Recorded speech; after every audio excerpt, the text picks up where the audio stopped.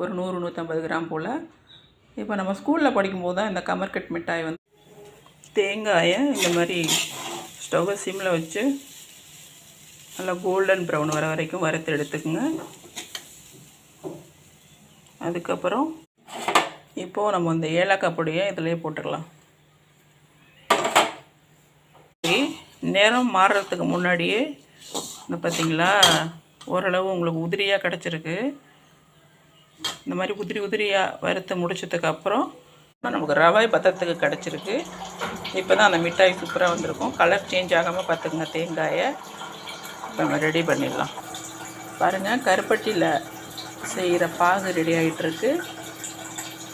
இது நல்லா கம்பி பதம் வரணும். கொஞ்சம் நேரம் பாகு வந்து இந்த மாதிரி வந்திருக்கணும். உங்களுக்கு தண்ணியில் போட்டு இந்த மாதிரி உருட்டி பாருங்கள். உருட்டுற பதம் வந்திருக்கணும். இப்போ பாகு அந்த கம்பி பதம் வந்துருச்சு. நம்ம இந்த தேங்காயை பொடிச்சு வச்சுருக்க தேங்காயை இதில் போட்டு நல்லா மிக்ஸ் பண்ணி பாருங்கள், பாத்திரத்தில் ஒட்டாமல் உங்களுக்கு சூப்பராக வந்திருக்கு. இதை நம்ம உருட்டி எத்தனை பால் வருதுன்னு பார்க்கலாம்.